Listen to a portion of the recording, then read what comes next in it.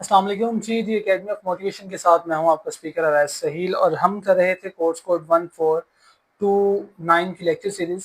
तो course code 1429 की lecture series का आज हमारे पास है लेक्चर नंबर 2। लेक्चर नंबर 2 में हम आपके साथ असाइनमेंट्स क्वेश्चन को सॉल्व करेंगे, जबकि लेक्चर नंबर 1 में हमने आपको असाइनमेंट नंबर 1 के जो क्वेश्चंस थे वो शेयर करे थे और अब हम उन्हीं क्वेश्चंस को आपके साथ शेयर करेंगे सॉल्व करते हुए। तो फर्स्टली स्टूडेंट्स, मैं सिर्फ शेयर नहीं करूंगा, समझाऊंगा भी आपको, और अगर आप वो समझ आएंगे तो इंशाल्लाह आपका पेपर भी क्लियर हो जाएगा। क्योंकि देखें, यही सवाल हैं जो चेंज होकर पेपर में पूछे जाते हैं।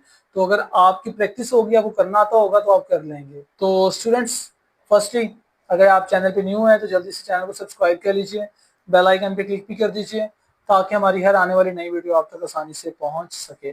तो let's start the game students. बिस्मिल्लाहिर्रहमानिर्रहीम। आज हम कर रहे हैं कोर्स कोड 1429, जिसका है लेक्चर नंबर 2 हमारे पास। तो लेक्चर नंबर 2 में हम क्या करेंगे, solution assignment number 1। Assignment number 1 का सबसे पहले क्वेश्चन नंबर 1 है। क्वेश्चन नंबर 1 क्या था? सवाल नंबर 1 था जी, देयर आर 16 ग्रीन, 16 हरी, 20 रेड, 20 लाल, 24 येलो और 24 पीली बॉल्स इन अ बास्केट, एक बास्केट में थी। इफ वी पिक, अगर हम उठाते हैं, अ बॉल, एक गेंद, एट रैंडम, रैंडमली, अचानक से, यानी हमें पता नहीं हमने कौन सी उठानी है। एक बास्केट में कोई सी बॉल थी और हमने अचानक से एक बॉल को उठा लिया। What is the probability that the ball is green and that the ball is green? ठीक है, हरी, हरी कहता है क्या इम्कान है कि वो बॉल जो आपने रैंडमली उठाई है वो बॉल जो है वो हरी हो, and the ball is not green and red, और क्या इम्कान है कि ना ही वो रेड हो और ना ही वो ग्रीन हो। तो जब रेड और ग्रीन नहीं होगी तो डेफिनेटली वो येलो होगी। तो वो कहता है आपने ये दोनों चीजें बतानी है। देखिए, फर्स्टली इस बात का क्या इम्कान है कि गेंद सब्ज हो जो आपने रैंडमली उठाई है, और दो, और इस बात का क्या इम्कान है कि गेंद ना सब्ज हो और ना लाल हो जो आपने उठाई है, यानी वो क्या होगी, वो फिर रेड होगी। तो आगे चलते हैं। सॉल्यूशन, हमारे पास गिवन डेटा क्या था? गिवन डेटा था हमारे पास green ball 16, red ball 20, yellow ball 24। तो अगर हमने टोटल बॉल्स कर दिया या सम ऑफ बॉल्स कर दिया तो ये हो गया 16 plus 20 plus 24 is equal to 60। ठीक है, अब वो क्या कहते हैं, अब हम यहाँ पे फॉर्मूला लगाएंगे। उसने कहा था क्या इम्कान है कि ग्रीन बॉल हो। अब ग्रीन बॉल की हमें प्रोबेबिलिटी बतानी है। अब क्या बताएंगे जी, P green is equal to number of green balls. Number of green balls कितनी है जी? नंबर ऑफ ग्रीन बॉल है 16, divided by total number of balls. हमें तकसीम करना है उसे किस पर? टोटल नंबर ऑफ बॉल्स पे। टोटल नंबर ऑफ बॉल्स कितनी है हमारे पास? 60। तो जब हमने 16 को 60 पे तकसीम किया तो हमारे पास आ गया 4/15। तो हमारे पास जो पी ग्रीन है वो कितना आ गया? 4/15। स्टूडेंट समझ आया आपको? फॉर्मूला जेन में रखिएगा। पहले आपने डाटा को अलग-अलग कर देना, मतलब ऊपर उन्होंने तरतीब से आपको दिया होगा, आपने उसको पकड़ के सेपरेट कर देना। जैसे ग्रीन बॉल अलहदा कर दी, रेड बॉल अलहदा कर दी, येलो बॉल अलहदा कर दी, फिर आपने सम ऑफ बॉल्स निकाल लिया या टोटल बॉल्स निकाल ली, और फिर आपने पी ग्रीन या जो भी वो पूछे उसका फॉर्मूला लगा लेना है। सपोज दैट अगर वो रेड पूछता है तो जहां पर पी ग्रीन लिखा वहां रेड लिख दें। Red total ball divided by red balls और डिवाइडेड बाय टोटल बॉल्स। और अगर वो आपसे येलो पूछता है तो पी येलो, तो numbers of yellow ball divided by total balls. तो ऐसे आपने करना है। उसके बाद आगे सेकंड पार्ट उसने क्या कहा था? उसने कहा था जी, probability that the ball is not green and not red. तो कहते क्या इम्कान है कि ना ही वो हरी है और ना ही वो आपकी जो है वो रेड है।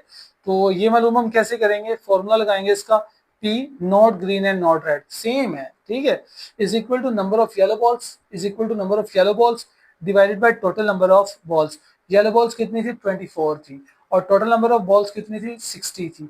तो जब 24 को 60 पे डिवाइड किया तो 2/5 आ गया। तो स्टूडेंट्स, फाइनल रिजल्ट आपको क्या निकला? जो ग्रीन थी उसके इम्कान 4/15 थे, और जो येलो थी उसके इम्कान 2/5 थे। तो ये था आपका क्वेश्चन नंबर 1 जो कि आपको असाइनमेंट में दिया गया था।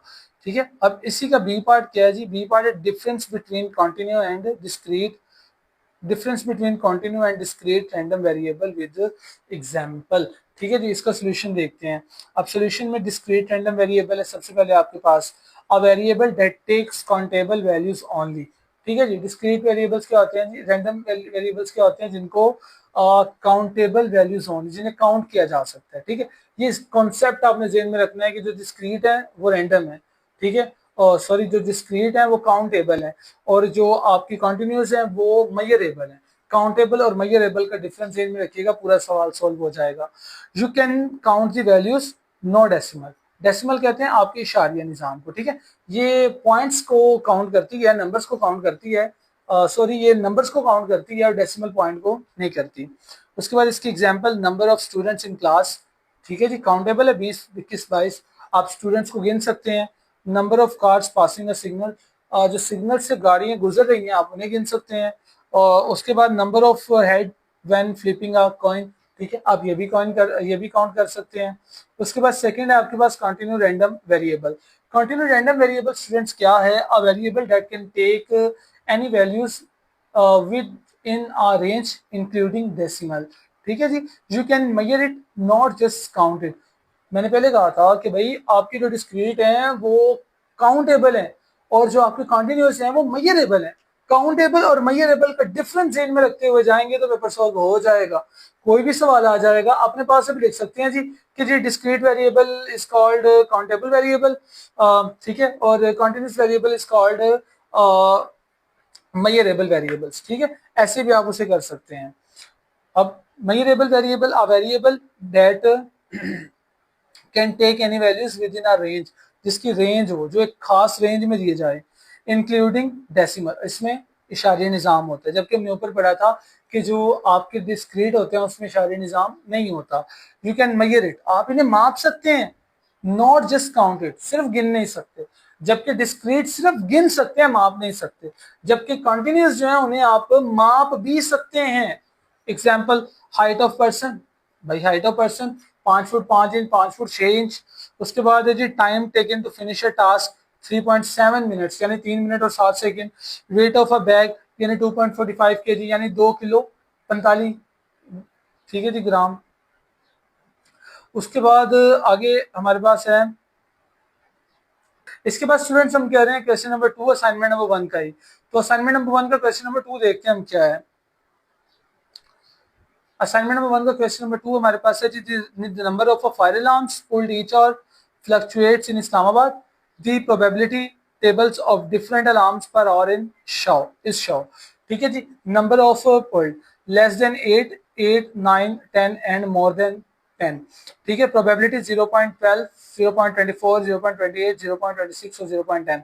अच्छा, इन सबको प्रोबेबिलिटी के साथ साथ आप फ्रीक्वेंसी भी कहते हैं, ठीक है। अब ये देखें, 8 इसके बराबर है, ये वाला 8 इसके बराबर है, 9 इसके बराबर है, 10 इसके बराबर है, मोर देन 10 जो है वो 0.10 के बराबर है, ठीक है स्टूडेंट्स। आगे देखते हैं हमने क्या करना है। हमने firstly what is the probability that, what is the probability that more than 8 alarms will be pulled, or what is the probability that between 8 and 9 alarms both inclusive will be pulled, ठीक है जी।